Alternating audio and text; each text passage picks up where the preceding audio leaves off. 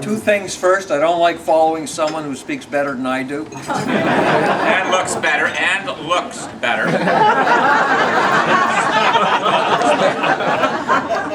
I don't like having my back turned to a guy like this. Good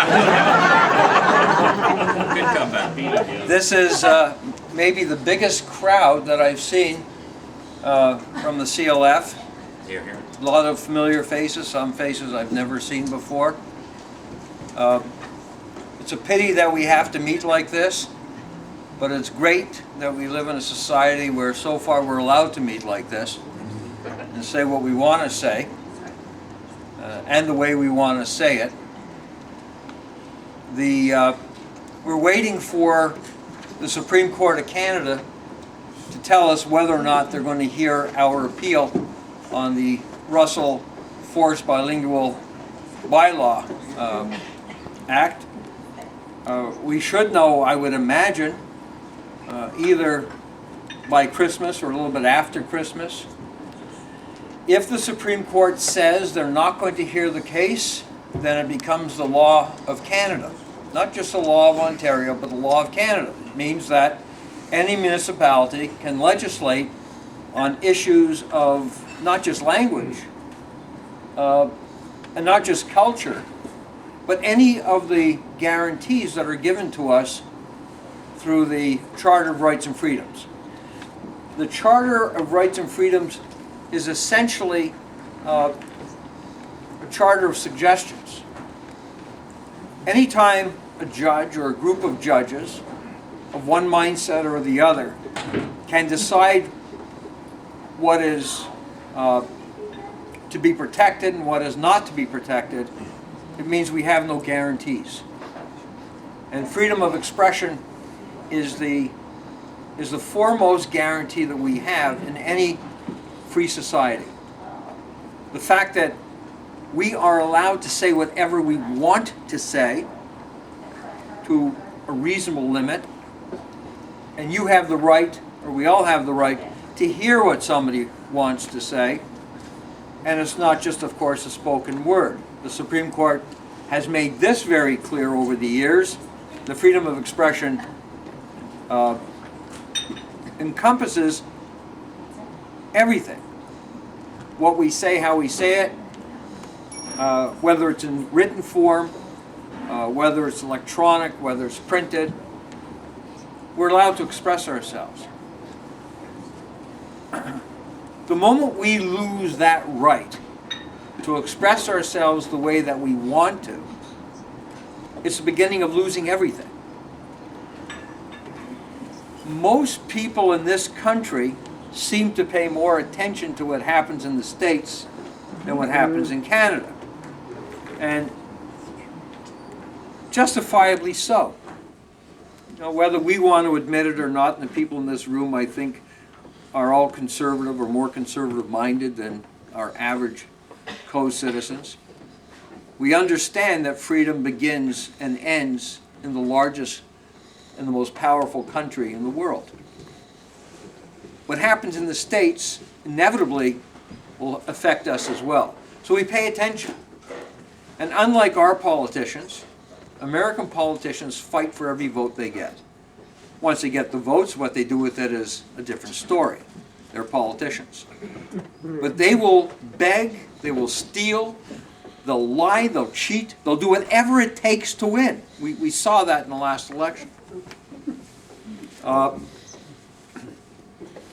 have a lot of Americans who read my blog, galganov.com, and I get hundreds of emails, and I try to read them all. And very often I'm up till like 1 o'clock in the morning. My eyes are closed, but I'm like pecking away, responding.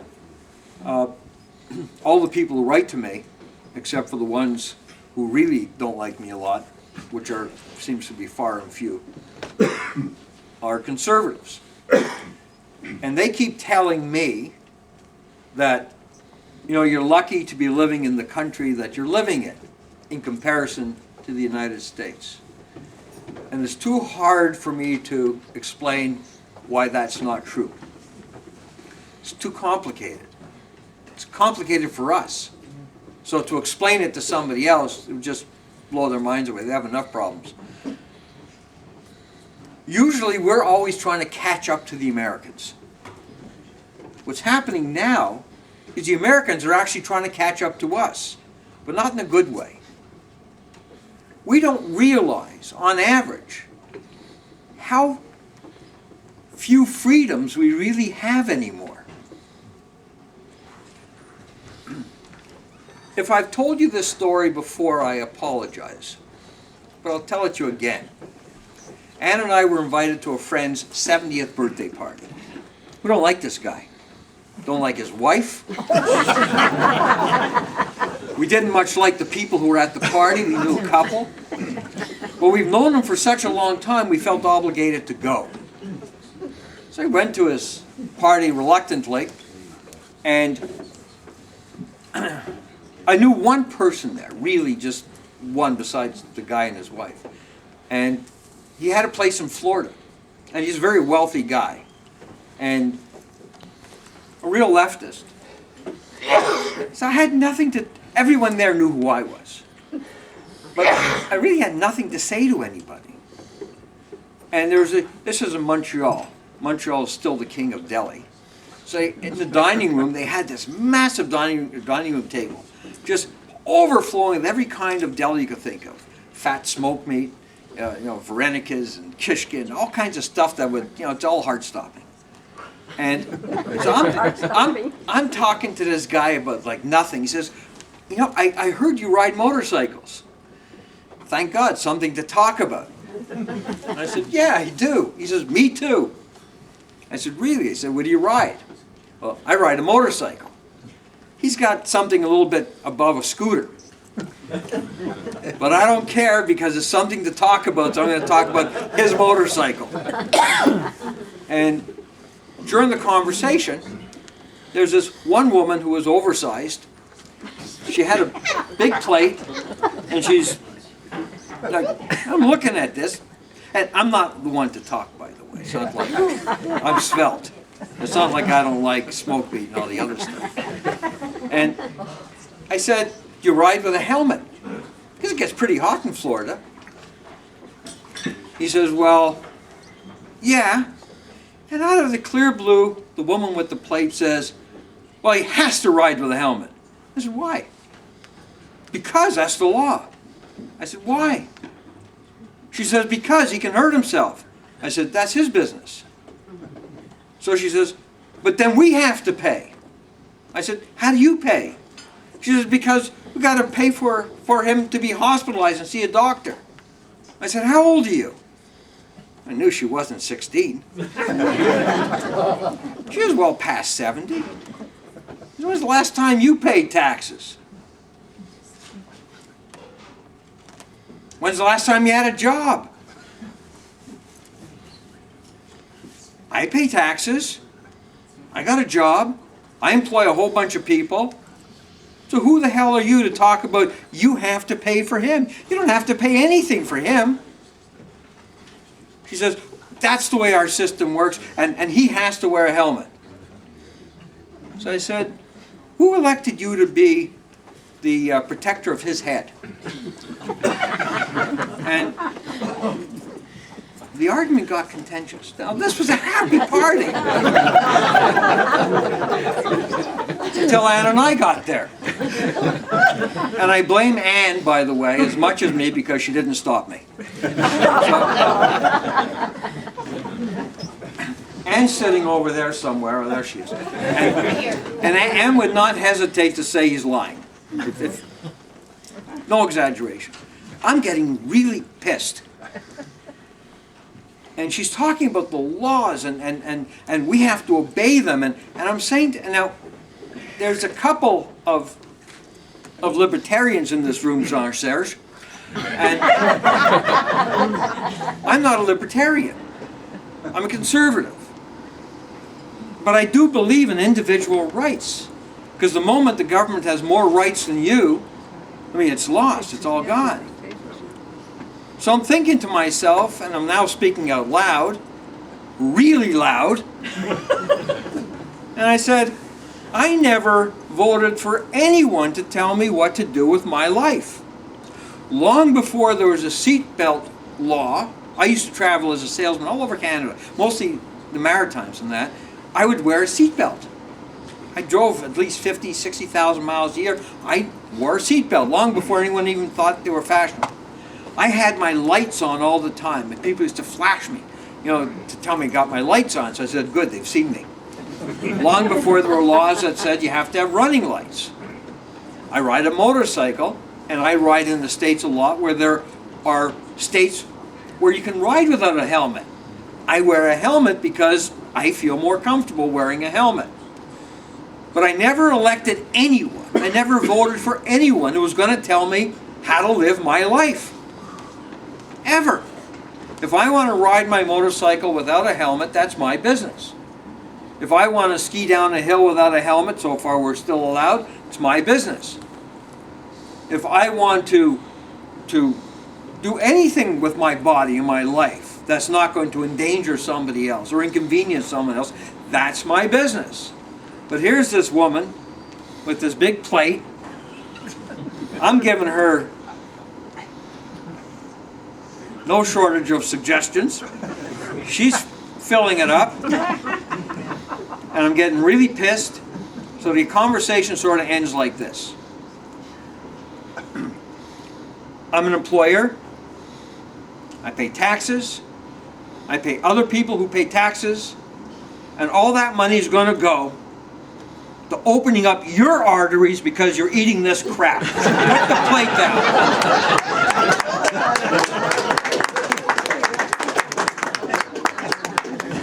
She didn't put the plate down, but she left the room, and Ann and I said, we've done our job, and we said, goodbye, happy birthday. Now, this is a true story. Now, we don't see it. How much time do I have to speak? We don't see it because it's being foisted on us very quietly every day.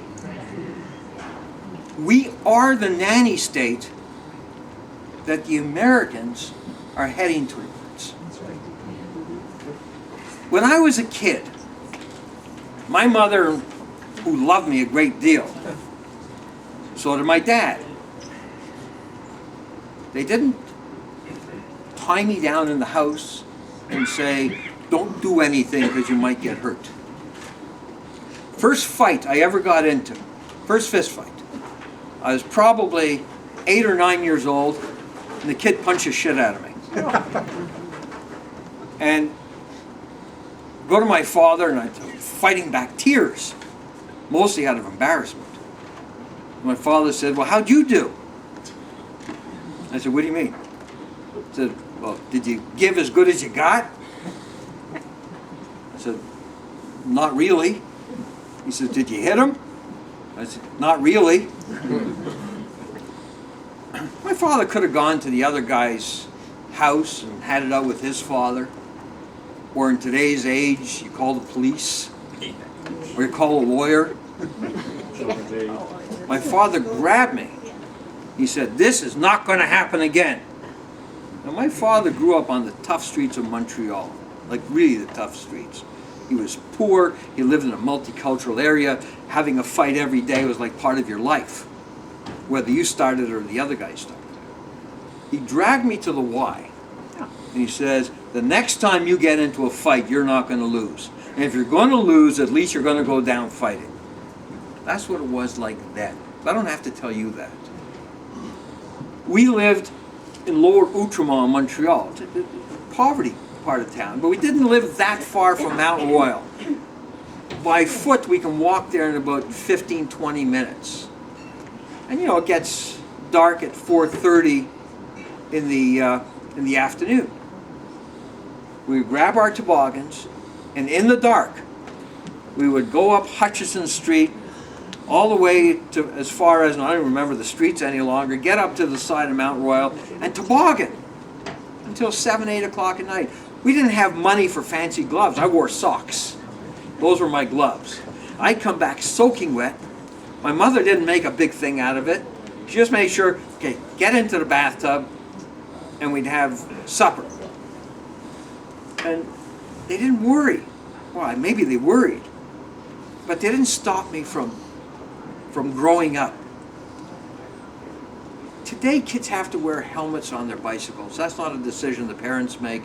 It's a decision your elected or appointed government makes for you. When we were kids, we didn't wear helmets. Worse than that, we had hockey sticks. And we get on our bicycles, and we take the hockey blade and put it under our arms like this. And then we would joust and see who's going to knock who off the bike. And we'd hear all the time, you're going to take his eye out. Well, I don't know anyone who lost an eye. I know a lot of kids who had black eyes. We've lost this. We've lost the knowledge of who is the good guy and who's the bad guy. And it seems like the bad guys are now sort of like in the middle. I was a liberal most of my life. Montreal liberal. Didn't even care who the other candidate was. I was a liberal. Until I started to grow up a little bit. Until I started hiring people to work for me. Until I started to understand that I'm working for them more than they're working for me. Got an email, Ann and I would have come here and had lunch with everybody, but I'm a diabetic and this food's not really the best for me. So Ann and I stopped and had a bite, salads. I wasn't born to eat salads. And I was checking my emails. I got an email from a guy in Florida who said his neighbor had decided, had Obama won again, he was closing down his company. He had 30 employees. He was going to downsize everything he had, and that's it. He's no longer employing people. Ann and I came to that decision several years ago. Every time McGuinty raised the minimum wage, it doesn't sound like much, a buck, right? We never paid anyone minimum wage. We always paid above minimum wage. But if the minimum wage goes up by a buck, well, we got to raise ours by a buck too. Then you take a look at all the employees you have. It's not just $1 because now I got to pay the deductions at source. I got to match the pensions. I got all this stuff. It comes out to a lot of money. Then Ann and I said, we're not making more money. Well, we got like $10,000 or $15,000 less in our pockets. We're a small business. And where's that money supposed to come from? The employees were happy until we told them that they're going to work fewer hours every week. All of a sudden, maybe they're not working as much, but they're also not earning as much. And then you start to realize, this isn't hurting us. And then McGuinty came up with, in February, Family Day, right? Sounds great. Oh, yeah. I was with a client of mine yesterday in Cornwall. This is the Best Western Hotel. We're talking about things like that. And I said, it was Thursday, I'm sorry, and I said to him, how does this affect you? He says, $25,000. That's what McGuinty's day off in February. 25, has 150 employees. It's a hotel. He's got all of his cleaning staff, his maintenance staff, the kitchen staff, the restaurant staff. It's 150 people. A lot of them are part-timers. It doesn't matter. So I said, what are you going to do? He says, what can I do? He says, I subcontract as much as I possibly can so I don't have to pay them not to work. It killed Ann and myself. The very idea, I now have to pay people not to work. And the insult on injury is I've got to pay their deductions at source for them not to work. So I'm paying the government for zero work. But we accept this. We don't say a word about it. It's always, people ask me all the time, how the hell are we going to fight this? How do we win back our country? Now we're talking about language. But language is just a symptom. It's a real bad thing. Nobody should. This is absolute racism. It's linguistic racism. But it's no different than treating somebody horribly wrong because of their religion or their skin color or the culture they come from. Racism is racism, including linguistic racism. So now we have less than 3% of the Canadian population who are in control of almost 50% of the entire federal bureaucracy. In Ontario, it's 4% of the total population. Just 4%. It's probably less than that because they think I'm francophone. Because on my census I put down English and French. Well, I qualify. Immigrants coming into Ontario who have neither language skill, English or French, they'll put them into the French category. So they pump the numbers up because the bigger the numbers are, the more entitlements they're going to get. It's racism. And even though we have freedom of expression, hey, I'm called a racist, I'm called a bigot, I'm called every name under the sun that they can dream up of. It used to bother me, years and years ago it used to bother me. It doesn't bother me anymore. I was just telling Brian Lilly, who was also on radio in Montreal about the same time I was. I'd be so pissed off by the other radio stations that wouldn't stand up and fight. We were done in, as Anglos in Montreal, not by the French, but by our own English media who always wanted to be nice. They didn't want to be called racist. They didn't want, so they used to come after people like me. Call me an extremist and a hardliner. And this other radio station, CJAD, which was the biggest station in town, English. We're just talking about the program director who's now coming back to Montreal and the different guys. I called him up live on air while I'm doing my show. I mean, this is our biggest competitor, right? And the guy answers, and I said, "How you doing, Steve?" He says, "Good, you?" I said, "Not bad." He says, "Aren't you on the air now?" I said, "Yeah." He says, "Are you on a break?" I said, "No, we're on the air together." He says, "You can't do this." I said, "Oh, yes, I can." And he was really upset, like really upset. And I would go after them day in and day out. I'd pick up the Montreal Gazette and I would go after their editorialists. I went down to the CJDP. They were the problem. They were the enemy. Anyways, he hung up, he called up the CRTC, made a huge deal out of this thing. They went to the Canadian Broadcast Standards Board, or whatever they call it. They made this huge thing. They sent a letter sanctioning me. So I called them up live on air the following day. They didn't know what to do. We have freedom of expression. I didn't call them up and issue a death threat. I would have. And then, about 2 or 3 weeks later, I'm doing radio shows across Canada. I'm on a plane. My guest host was the publisher of the Suburban newspaper at the time. I'm on a plane heading back. I'm at 35,000 feet, somewhere over Saskatchewan, and I called my show. I mean, I planned. I told him I'm going to be calling this show, and I'm talking to him from this airplane telephone, and it's like $1,000 a second, and I'm paying. So he said, "Howard, did you hear the news?" This is live.